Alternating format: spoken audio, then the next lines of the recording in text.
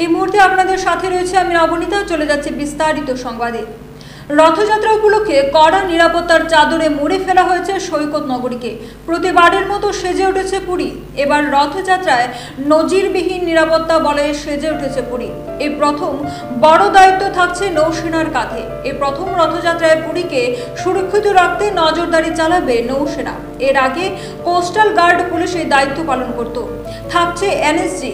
একই সঙ্গে পুরীর রথযাত্রায় সব ধরনের হুমকির মোকাবিলা করতে অ্যান্টি ড্রোন টেকনোলজি, পাশাপাশি পুলিশের ড্রোন থাকছে। রথযাত্রায় ট্রাফিকের নজরদারি চালাতে এআই পাওয়ার্ড সার্ভেলেন্স সিস্টেম থাকছে বলে খবর। পুরী, কোণার্ক, উত্তর রোড, ভুবনেশ্বর ইত্যাদি মূল রাস্তায় এই এআই ক্যামেরা বসানো হয়েছে।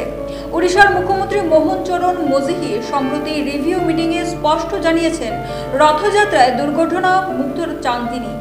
বেশ কিছু স্পর্শকাতর জায়গায় বিশেষ নজরদারির ব্যবস্থা করা হচ্ছে। তালিকায় থাকছে গ্র্যান্ড রোডের মতো এলাকা।